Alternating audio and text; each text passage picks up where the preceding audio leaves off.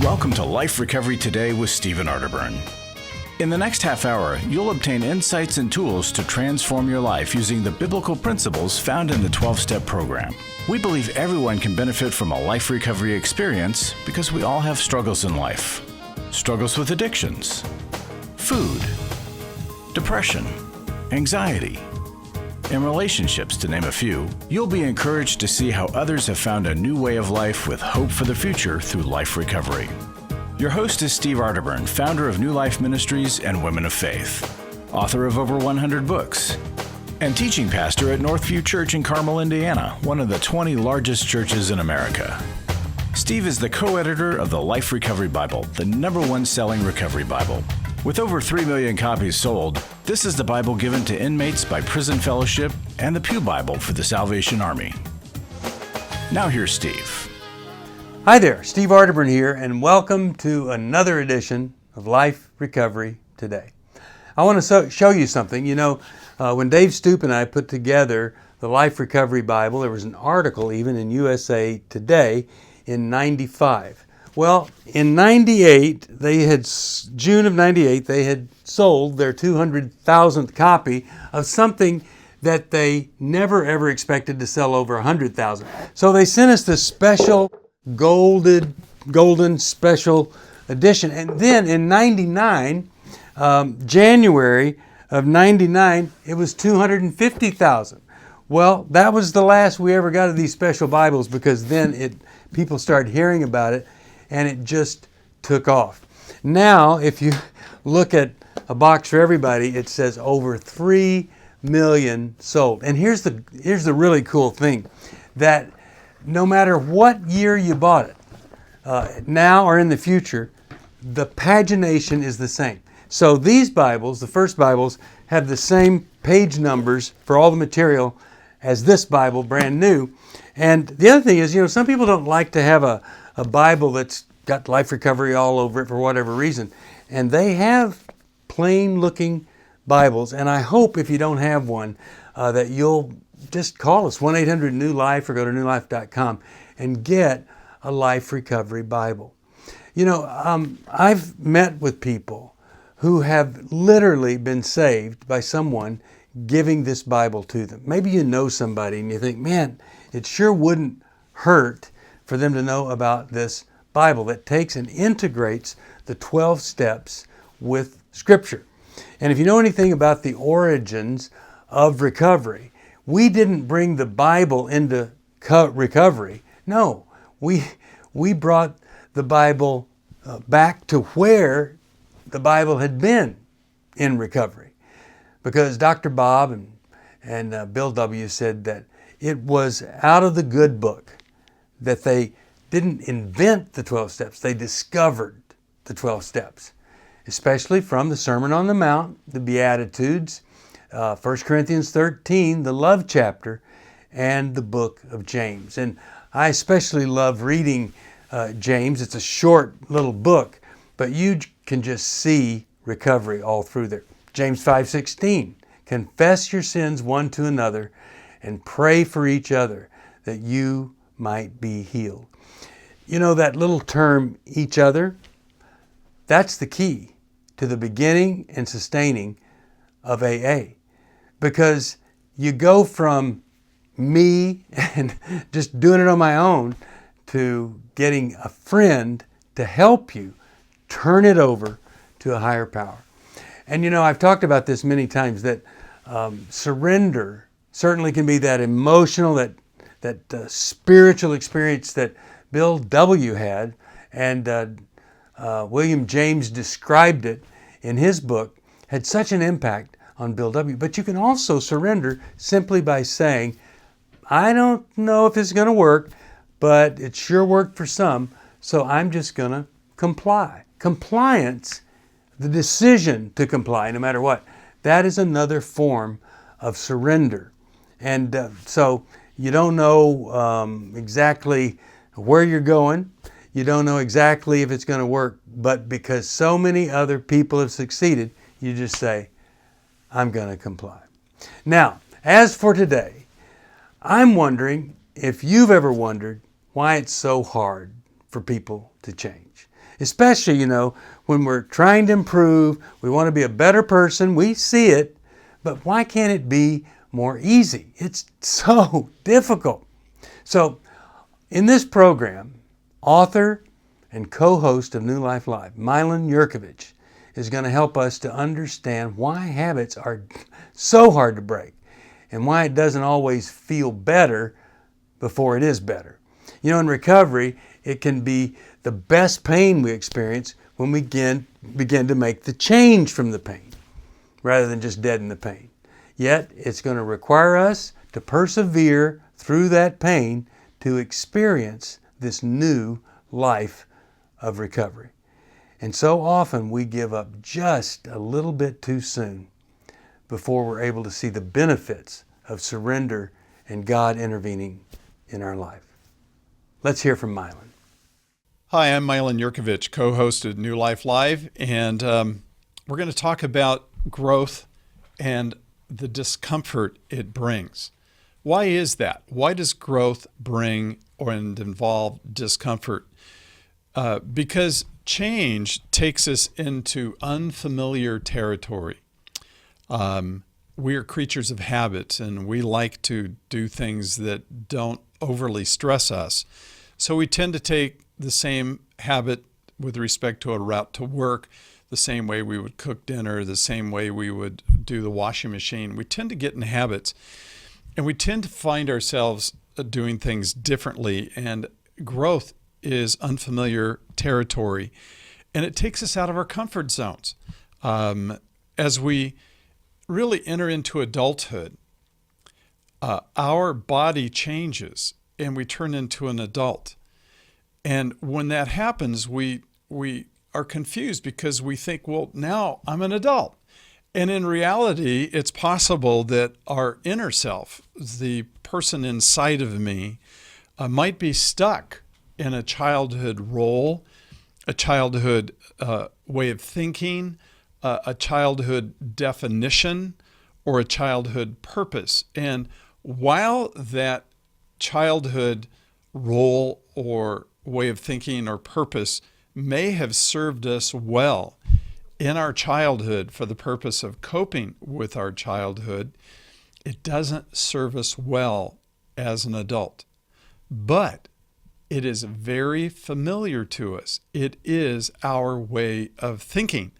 And so even though it is destructive to adult relationships, we find ourselves in a position whereby we are operating with a mindset and an emotional base that we've been operating with for decades, even going all the way back into our childhood.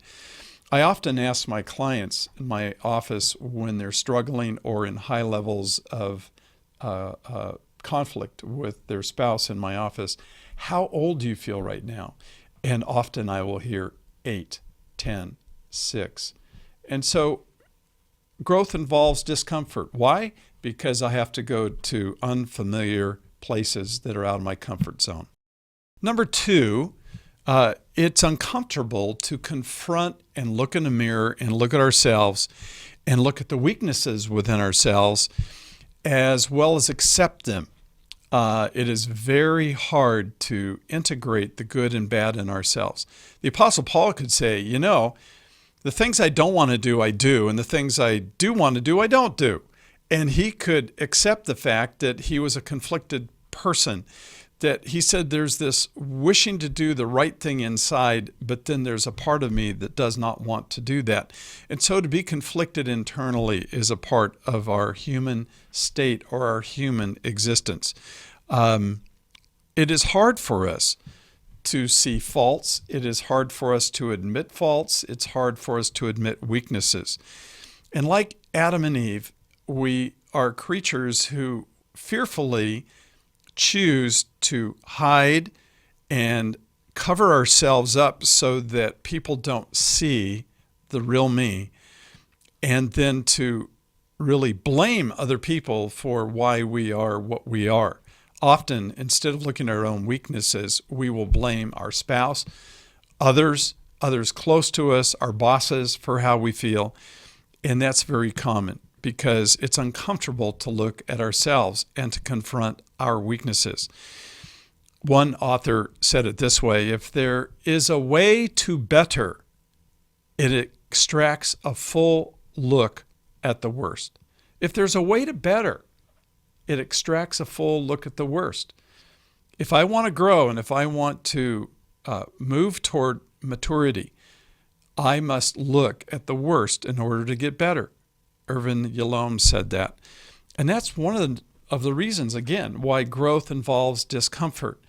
Because to look at ourselves is to step out of what our comfort zone is. And number two, to be able to look at ourselves and to look at the worst. The third reason is that present day hurts, for instance, within our marriages or our other primary relationships, even parenting, our primary relationships and our present day hurts often are this thing called triggers. We're triggered. Another person's behavior right now makes me feel something that goes back into my past and grabs it and pulls my past into the present, so that today's event is magnified and it's exponentially bigger. Why? Because the past is fueling it or turbocharging the current day feeling that I'm feeling. Our spouse or other primary attachment figures will often make us have the unpleasant feelings we felt from a long time ago.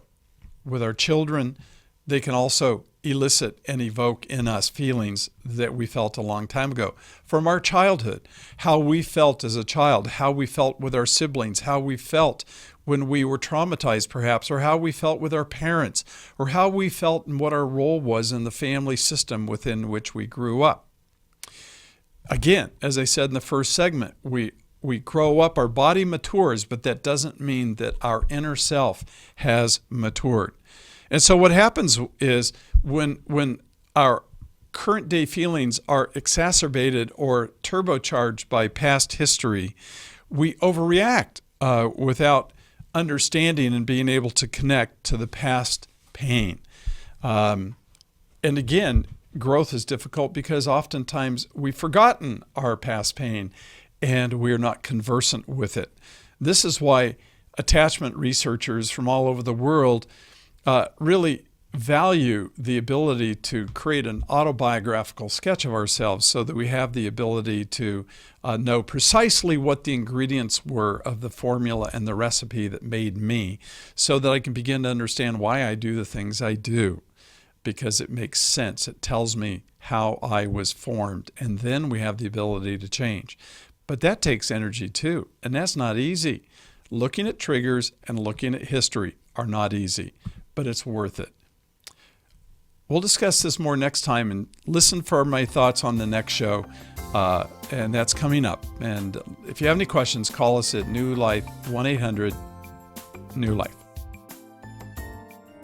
Are you going through your struggles alone?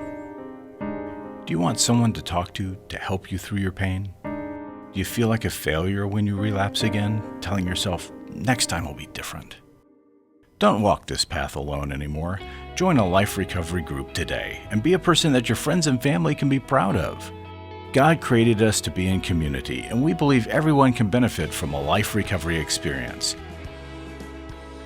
There are life recovery groups all over the country, and if there isn't one in your area, we can help you start one. Life Recovery brings recovery to you, right where you are. You'll take a journey with others to find healing and freedom. Whether you're looking to join a group or start one, New Life Ministries is here for you. Call us at 1-800-NEW-LIFE or visit liferecoverytoday.net.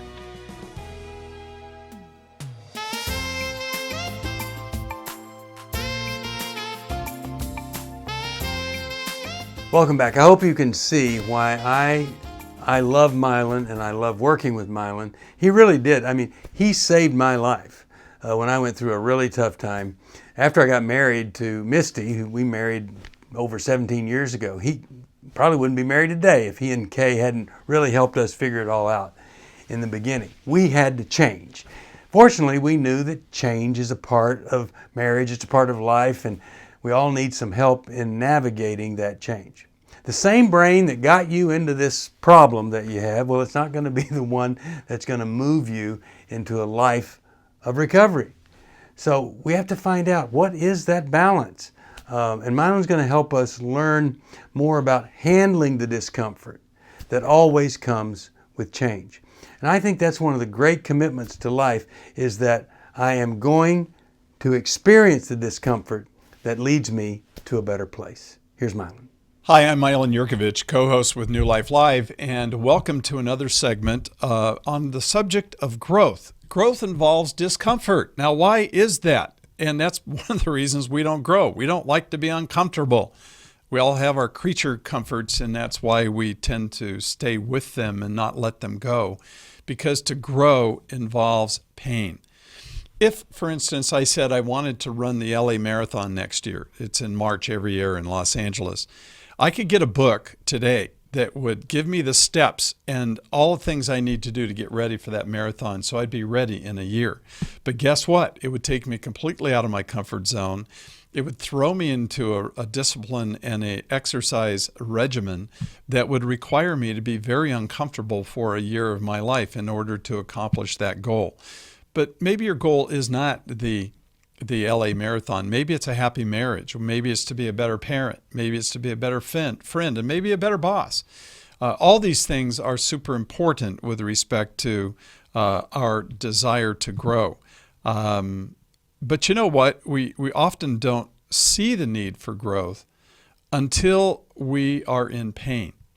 The pain of being out of shape, the pain of being conflictual with my spouse, the pain of always having difficulties with my kids and being reactive with them, the pain of going from job to job to job, or always feeling as though everybody in the whole world is out against me. It's a painful place. This world is a painful place. And we are in pain often when we seek or learn to grow. Pain incentivizes us.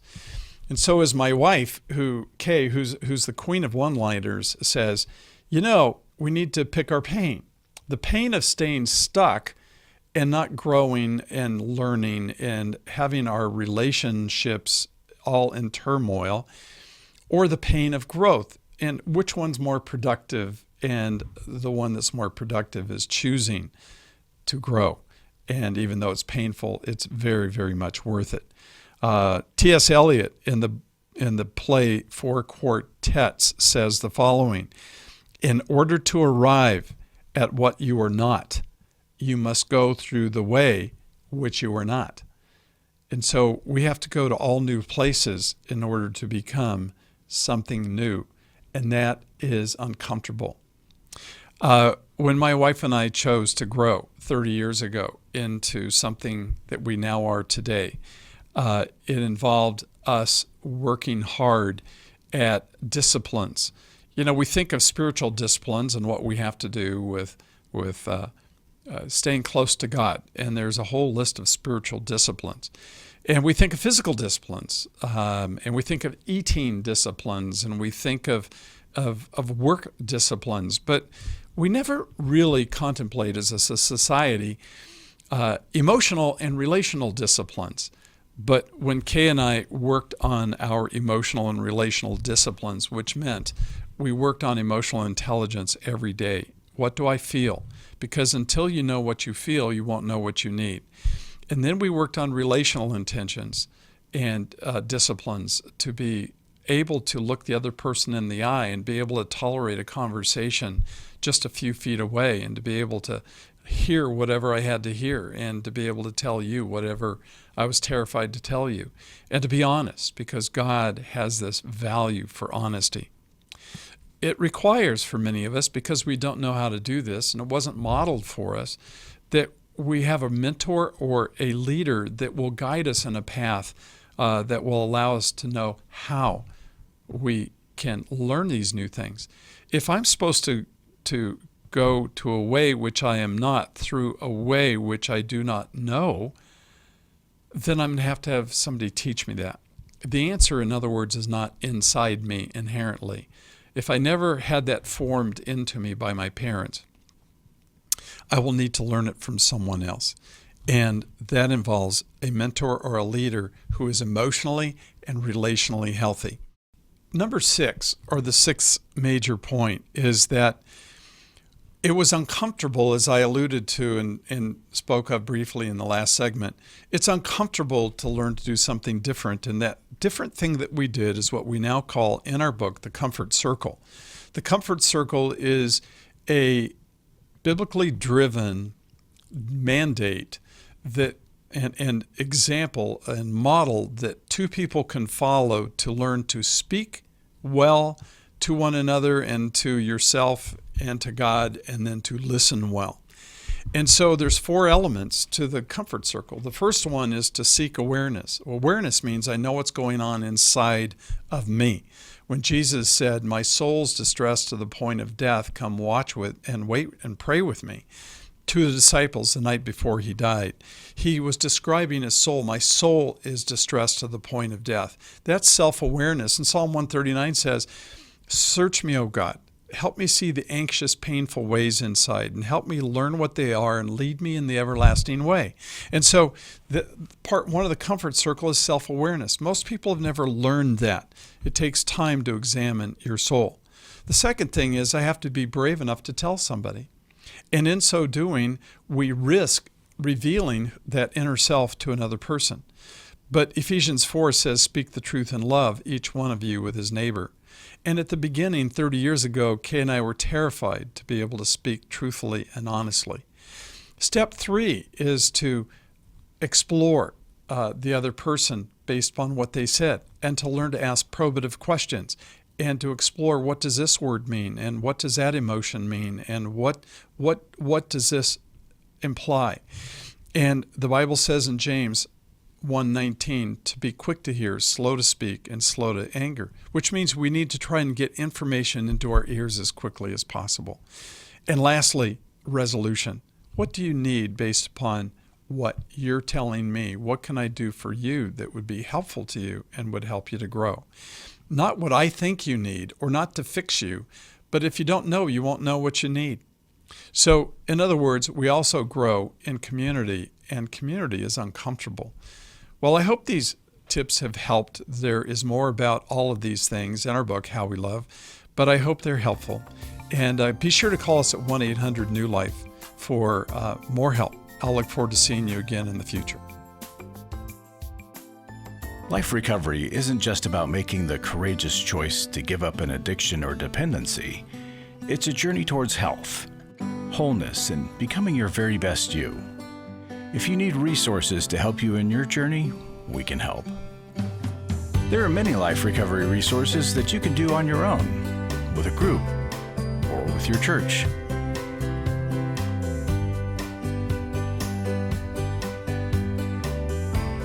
We have Bibles, workbooks, and devotionals that you can use to work your recovery right where you are. That's the beauty of life recovery.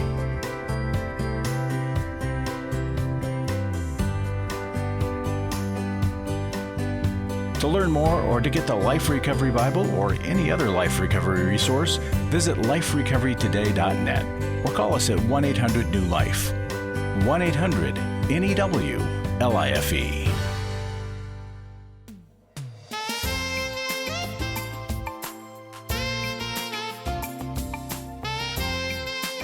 Welcome back to Life Recovery Today. I hope you've enjoyed what Milan's had to say here. I really believe in him. And he and Kay wrote this really amazing book, How We Love. And it can help you discover some things you would just never ever dream about yourself and how you relate to other people. I was in counseling with Milan while he and Kay were developing the material, and I got to use it on me before it was a book, and it is life-changing. How We Love, Milan and Kay Yerkovich. Well, I want to finish up here by talking about, many people have never even heard the original Serenity Prayer. They know that there's a short version and a long version, but listen to the words as they originally were written. It says this: God, give us grace to accept with serenity the things that cannot be changed. Courage to change things which should be changed, and the wisdom to distinguish the one from the other.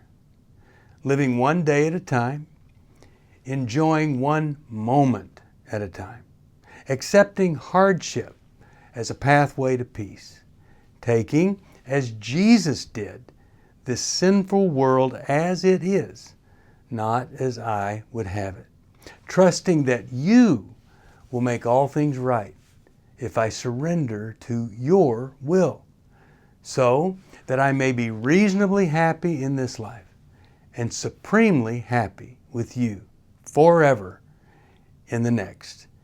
Amen. You know, that last part there, reasonably happy in this life. Larry Sonnenberg was talking the other day and he said, I learned this from Steve, that misery is the distance between expectation and reality. And we can't change reality, but we can sure bring our expectation in line with it. And to be thinking I'm going to be just the happiest guy ever versus I'm going to experience some reasonable happiness here, it's a really, really big difference. Well, the serenity prayer we use today asks God to grant me the serenity to accept the things I cannot change, to change the things I can, and the wisdom to know the difference. Serenity is going to ease the discomfort as we make the necessary changes in our life. You get to serenity by that great quote from Bill W. where he said, "Acceptance is the answer to all my problems today." How are you going to find serenity if you don't find acceptance? Now, if you're struggling with the pain of change, well, we can help you find that path to serenity. But you have to do something pretty tough for a lot of people. You have to make a phone call. And when you do, we can connect you with a life recovery group, or we can help you start a life recovery group. It's really, really very simple. And what we've seen is that some people that have been in recovery that didn't use a Christian foundation, biblical foundation for the steps, they kind of stagnate, and then they come to this and their recovery gets richer and richer every day. Well, thank you for joining me for Life Recovery Today. We'll see you next week, and I'm going to be with you that entire program. If you need help, 1-800-NEW-LIFE. Thanks for joining me. See you soon. Thanks for joining us for Life Recovery Today with Stephen Arterburn. We hope this program has helped you integrate God's truth and wisdom into your recovery journey. This program is brought to you by New Life Ministries, and it's your support that keeps this program on the air. When you contact us for any reason, be sure to let us know that you'll watch on NRB. Call us at 1-800-NEW-LIFE or go to liferecoverytoday.net. Please join us again next week for more Life Recovery Today.